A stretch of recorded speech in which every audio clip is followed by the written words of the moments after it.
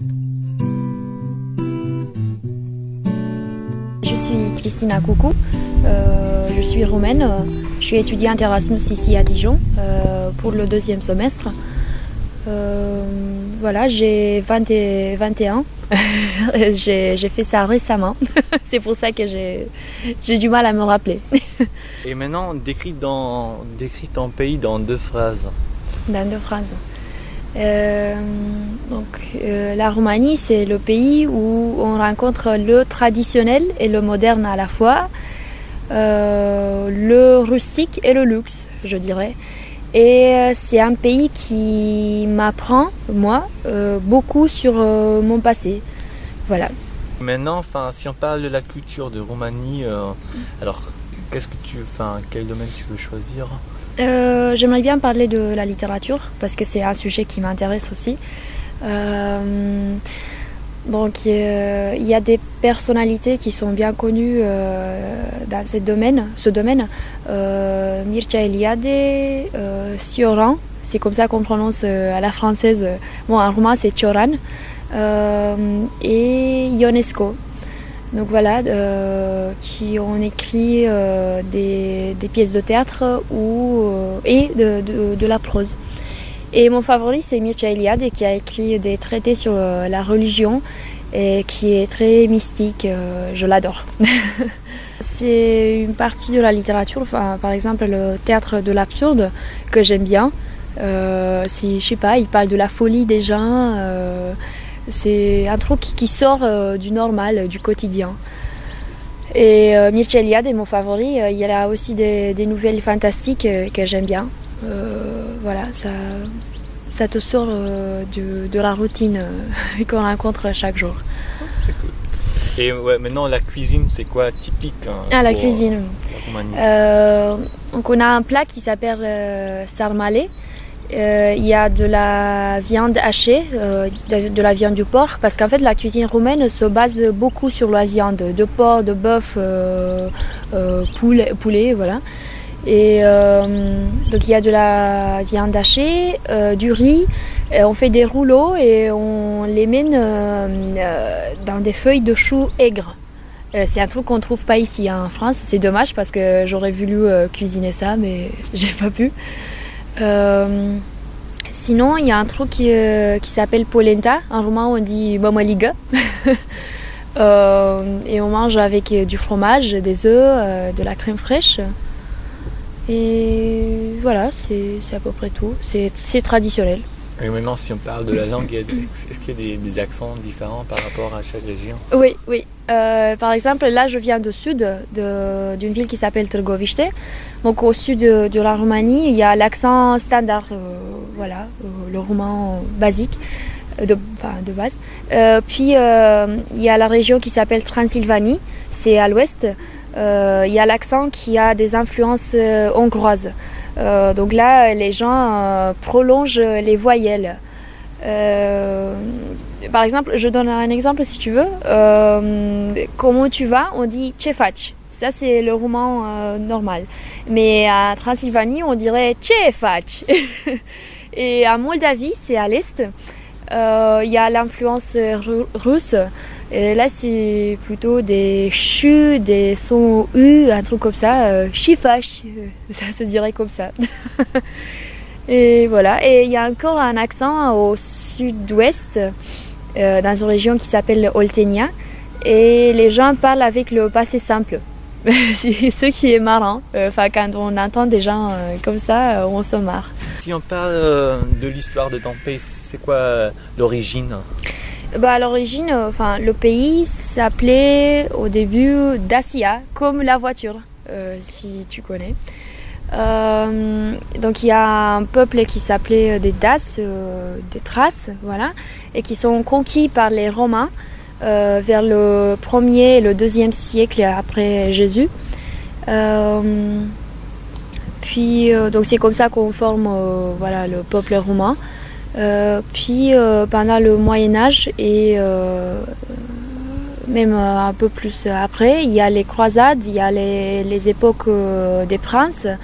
Et ma ville natale a été la capitale de la région du Sud pour une bonne partie de temps. Voilà,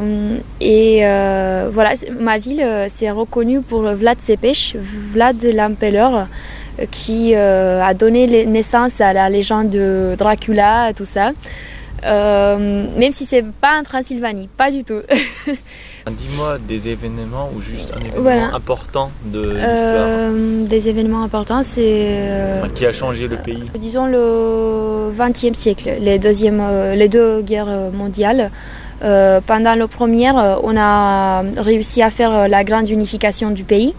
Et après la Deuxième Guerre mondiale, on a réussi à entrer sous l'influence russe, staliniste. Et puis c'est l'époque communiste avec Ceausescu. Et donc à la fin, c'est en 89, c'est la révolution. Voilà, on finit le communisme et on commence la démocratie. Il y a des gens qui disent que c'était mieux avant, surtout les vieux. Parce qu'avant, on avait tout le monde avait du boulot. Mais le truc, c'est qu'on avait de l'argent, mais on n'avait pas quoi faire avec l'argent parce qu'il n'y avait pas beaucoup d'aliments. Et quand il y avait des queues énormes pour acheter du lait, disons des aliments, des trucs comme ça. Et au contraire, maintenant, il n'y a pas beaucoup de boulot, mais on a beaucoup d'options à acheter.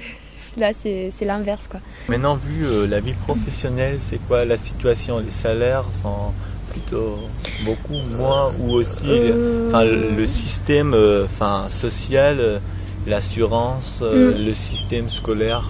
Ouais. Décris-moi un petit peu.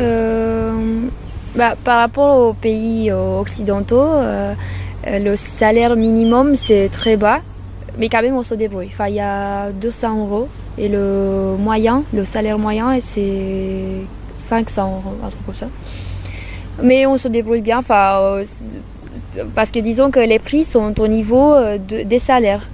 Et sinon, comme boulot, il y a les informaticiens qu'on cherche beaucoup, puis les médecins, mais ils se débrouillent pas très bien et c'est pour ça qu'ils cherchent toujours à partir, disons, en Allemagne, en Autriche ou même aux États-Unis, parce qu'ils sont mieux payés là-bas. Tu veux dire, en fait, il y a beaucoup de gens qui partent la Roumanie pour trouver un boulot? Qui quittent la Roumanie, oui. Il y a beaucoup. Et ouais, maintenant, si on parle aussi, parce que ça, je trouve important, parce que c'est pour l'avenir de la jeunesse. C'est maintenant un petit peu général, tu peux aussi parler par rapport à toi, mais c'est de quoi elle parle, les peurs, espoirs, rêves, ce qui est important pour les jeunes. La jeunesse, elle est toujours rebelle, voilà, parce qu'on aime bien se mettre en valeur, montrer qu'on apporte quelque chose de nouveau par rapport à l'autre génération. Mais s'il s'agit si on parle des peurs, c'est qu'on n'est pas très rassuré pour l'avenir. Parce qu'on nous demande toujours qu'est-ce que tu vas faire, tout ça, et c'est un peu, il y a du stress, quoi. Et comme la situation économique n'est pas très bonne, du coup il y a le rêve de l'émigration pour chaque jeune. Presque tous mes amis rêvent de partir à l'étranger pour les études et même pour s'établir dans un autre pays. Si on parle de la France, ouais. D'abord, pourquoi l'étranger, pourquoi la France et pourquoi Dijon? L'étranger parce que c'est l'Erasmus, donc du coup il faut choisir un pays à l'étranger. Mais pourquoi tu voulais faire Erasmus? Pourquoi tu voulais partir? Connaître, c'est plutôt pour des raisons, disons, culturelles ou sociales, pas du tout un truc professionnel. Parce que je crois pas que si tu fais un stage Erasmus, tu es vraiment préparé pour ton avenir professionnel. Je crois pas. La France, en fait, j'avais choisi entre la France ou l'Allemagne parce que je fais, comme j'étudie le français et l'allemand. Mais là, je me débrouille mieux avec le français et je me suis dit que ça va être mieux pour mes études, plus facile, voilà. Et pourquoi Dijon? J'avais une liste à choisir, une liste des villes, et c'était plutôt des villes grandes comme, je sais pas, Lyon ou Bordeaux, des trucs comme ça. Et là, je me suis dit, j'ai déjà l'expérience de Bucarest, de la capitale où j'étudie. Et je me suis dit que comme c'est assez difficile de se faire des amis dans ma capitale, donc là où je parle ma langue, tout ça, ça va être encore plus compliqué de vivre dans une grande ville. Et en fait, à la fin, tu te rends compte que tu connais pas tout sur la ville et sur les gens. J'aime bien le parc de la Colombière parce que c'est le coin vert dont on a besoin quand on bosse bien pour les examens. Et après, ça te détend. J'aime bien faire du footing ici. J'écoute ma musique, ça me détresse. Et puis surtout du vélo. Il y a beaucoup de gens qui font du vélo ici. Il y a des allées qui sont pavées. C'est super quoi.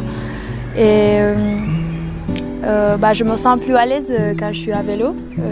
Je crois que je suis un peu dépendante du vélo.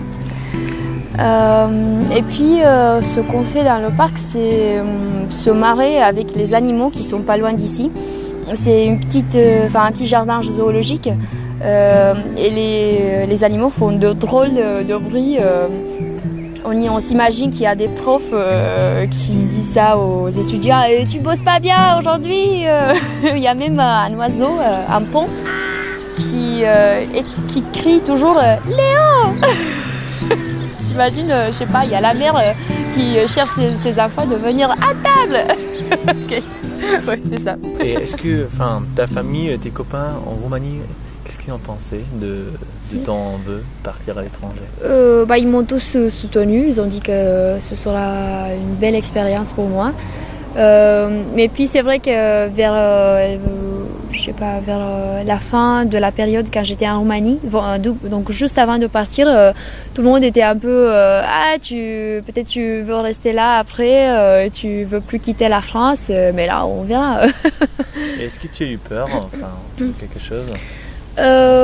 Pas beaucoup, mais j'avais un peu peur, disons, que il y a cette discrimination envers les Roumains et envers les Tziganes. Et parfois, il y a même des étrangers qui ne savent pas la différence entre les deux peuples. Et voilà, qu'il y a beaucoup de Roumains qui ont volé et peut-être va me dire pareil, je sais pas.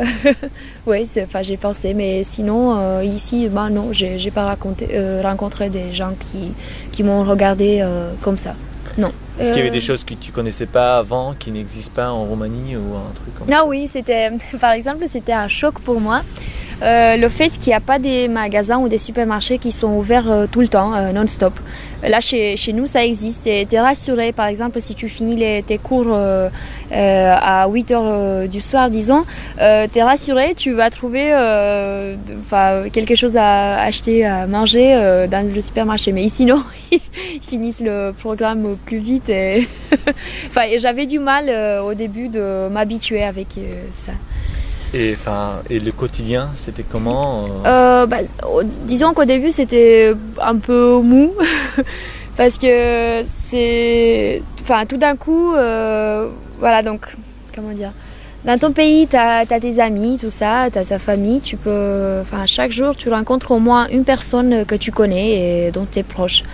Mais ici, tout d'un coup, pas que tu dis bonjour à des personnes que tu connais pas, en fait. Et t'as pas d'amis et c'est à toi de commencer de lier des amitiés. C'était un peu difficile au début, mais là ça va. Et d'accord, et qu'est-ce que tu as découvert au niveau, je sais pas, tu peux choisir culturel, social, historique ou culinaire en France? Culinaire.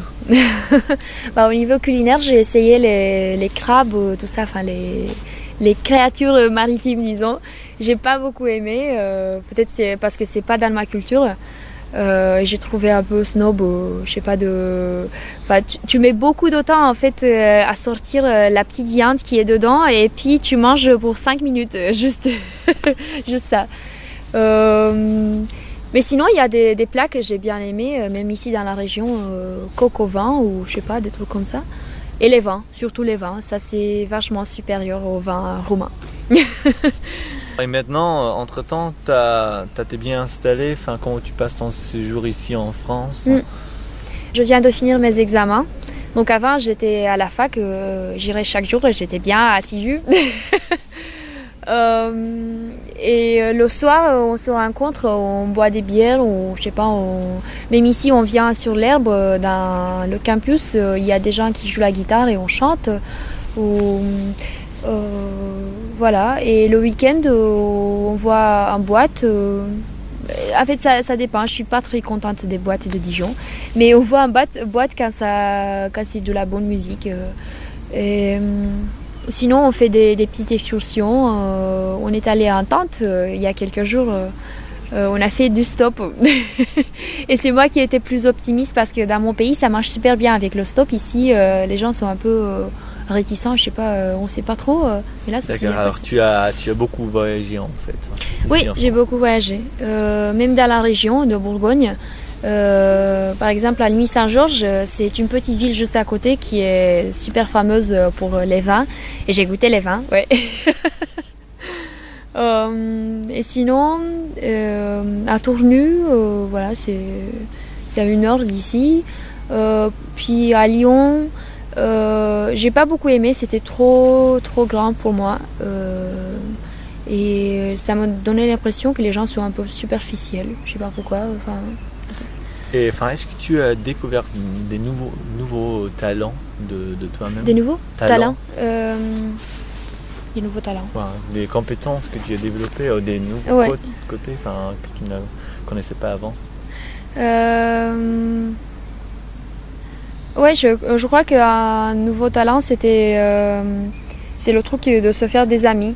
Parce que t'es obligé de faire ça quand t'es dans un endroit nouveau et tu connais personne. Et sinon, peut-être un talent linguistique, peut-être. Parce que là, je fais des comparaisons entre les mots roumains et français et je vois des Similarités. similarités et j'apprends mieux comme ça. Si on compare les deux pays, enfin, là tu peux aussi choisir enfin, par rapport au quotidien, la mentalité, les valeurs importantes, la culture, les choses culinaires qui sont différentes ou pareilles, qu'est-ce que tu dirais? Des mentalités. Bah, disons des mentalités des jeunes. J'ai remarqué, peut-être je me trompe, mais j'ai remarqué ici une certaine suffisance des jeunes. Ils cherchent juste à avoir leurs moyennes, enfin leurs examens, et c'est tout. Alors que chez nous, on bosse beaucoup pour avoir de bonnes notes et pour avoir des bourses. Et comme ça, on se sent plus indépendant. Voilà, on peut payer nous-mêmes des trucs. Sinon, je sais pas. Au niveau des assurances, par exemple, chez nous, c'est pas très bien organisé. Enfin, on a mis récemment le truc, l'assurance de la maison ou de la vie, ou même on n'a pas l'assurance civile de l'étudiant. Et ici, je trouve ça un truc bien correct. Oui, peut-être on se sent plus rassuré. Est-ce que tu penses que c'est important de s'adapter, mais en même temps de pas perdre son identité d'origine? Bah oui, enfin, il faut être flexible pour mieux se comprendre avec les gens. Mais si tu penses qu'il y a vraiment des valeurs que tu dois garder, oui, pourquoi pas. Enfin, je crois pas que je voudrais, par exemple, oublier ma langue ou des trucs comme ça. Voilà. Chaque mercredi soir, on a des jeux de société au rue Mansart. Il y a des gens qui amènent des jeux. Et c'est très convivial. En fait, on peut venir nombreux, des étudiants et même des gens qui ne sont pas à la fac ici. On joue, il y a des jeux de plateau, des jeux de cartes, enfin beaucoup. Et tu peux venir avec tes amis ou tu peux venir même seul et tu t'intègres dans un groupe. Et comme ça, c'est vachement bien de se faire des amis, de connaissances. C'est cool, j'aime bien. Et maintenant, à ton avis, l'échange interculturel ici, enfin, au monde, ça joue un rôle important, maintenant, aujourd'hui ou aussi par rapport au passé? Oui, disons que chez nous, pendant le communisme, on n'avait pas beaucoup le droit et la possibilité de partir à l'étranger. Et du coup, là, aujourd'hui, c'est super facile, si tu as les moyens, bien sûr. Et c'est comme ça qu'on connaît le monde. Parce que connaître le monde, ça ne veut pas dire juste lire un bouquin sur un certain pays ou voir un film. C'est vivre là-bas, avec les gens et parmi les gens. J'ai même une situation dans ma tête. Il y avait donc 2 Françaises, on parlait de Roumanie. En fait, j'étais donc avec un ami qui a fait l'Erasmus en Roumanie et lui, il parlait roumain parce qu'il a été là-bas pour beaucoup de temps. Et les Françaises, elles étaient étonnées et indignées en même temps, je sais pas, contrariées en fait. Donc là, tu parles roumain, bah oui, parce que j'étais là-bas. Mais pourquoi tu as choisi la Roumanie? C'est un pays pauvre, tout ça. Et là, j'ai dit, mais qu'est-ce que vous savez en fait sur la Roumanie? Vous avez déjà visité? Ah non, on n'a pas visité, mais il y a des gens qui nous ont dit, c'est toujours le même discours en fait. Par exemple, on parle, je crois, pareil de la Chine parce que c'est un pays exotique, c'est loin. Et comme on ne connaît pas trop, on invente des trucs ou je sais pas, des rumeurs, des trucs comme ça. Quelles conditions est-ce qu'on peut introduire pour recevoir un échange plus être plus ouvert peut-être et ne pas avoir peur des autres. N'importe la couleur de la peau ou je sais pas quoi, la religion, tout ça. Parce qu'en fait, c'est les gens qui posent les limites d'habitude et il faut franchir ça. Et ouais, maintenant, toi personnellement, quand tu t'intéresses par rapport à une nouvelle culture, qu'est-ce que tu fais pour recevoir une image complète de cette culture? Je parle avec les gens, je pose beaucoup de questions sur le système politique, tout ça, et je demande beaucoup des gens pour avoir une image globale, en fait, parce que il y a des gens qui parlent différemment. Et puis, essayer moi-même de connaître, disons, d'une façon plus directe les endroits, aller là-bas, voir si c'est comme ça, visiter un truc, voir si c'est vraiment touristique ou si c'est un truc plus profond que ça. Et maintenant, à la fin, dis-moi une expression ou quelque chose que tu veux bien exprimer dans ta langue. Dis-moi pour la fin, pour terminer, une expression ou je sais pas, un message que tu veux bien diffuser. Ouais. Sur mon expérience aussi. Non, ici, comme tu veux. Dis-moi n'importe quoi. Un roumain. Ouais. Ok. Comme ça, l'échange interculturel commence déjà parce qu'on va pas traduire ça. Ah ouais. Les spectateurs ils peuvent la traduction, je sais pas où. Comme je suis à la fin de mon stage, je dirais ça. Nu mi pare rău că s-a terminat, îmi pare bine că s-a întâmplat. Voilà.